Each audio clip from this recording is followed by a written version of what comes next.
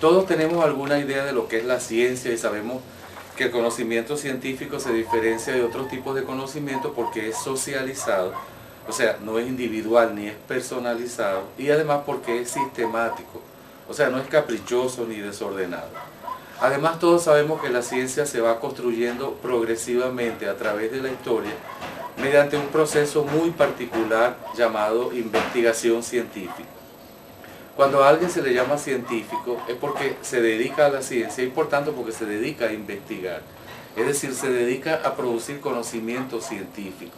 Así que las nociones de ciencia, conocimiento científico e investigación pertenecen a un mismo orden de cosas.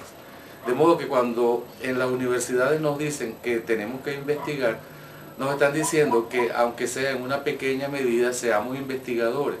O sea, que hagamos ciencia, aunque solo sea en pequeño.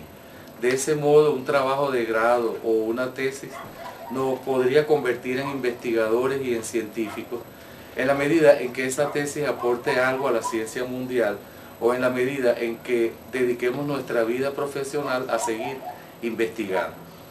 Podríamos ahora preguntarnos cosas como ¿qué es lo que define la efectividad de una investigación? ¿Cuál es la vía legítima para producir conocimiento científico? ¿Es el contacto directo con los datos, con la experiencia? ¿Es la capacidad de percepción? ¿O es en cambio el razonamiento y la capacidad de pensar lógicamente? También podríamos preguntarnos cosas como ¿cómo es el mundo y la realidad que estamos investigando? ¿Es algo que existe objetivamente, independientemente del sujeto que investiga? ¿O es algo que depende de su propia mente, de su propia conciencia humana o de su propio entorno sociocultural? Bueno, todas las preguntas de ese tipo tan general llevan también a preguntas más concretas, a toda una cadena de preguntas y problemas.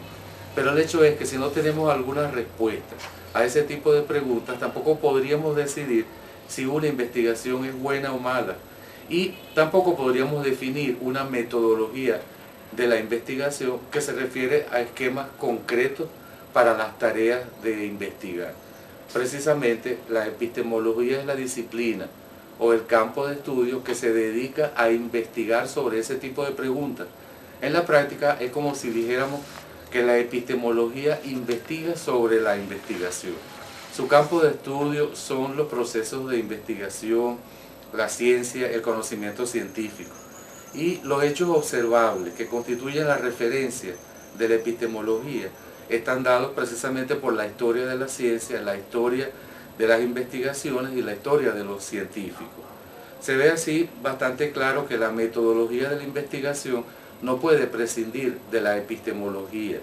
Es decir, no podemos saber cuáles son los pasos del trabajo de investigar si antes no tenemos alguna posición clara con respecto a qué cosa es el conocimiento científico y cuáles son las vías legítimas de producirlo y de validarlo.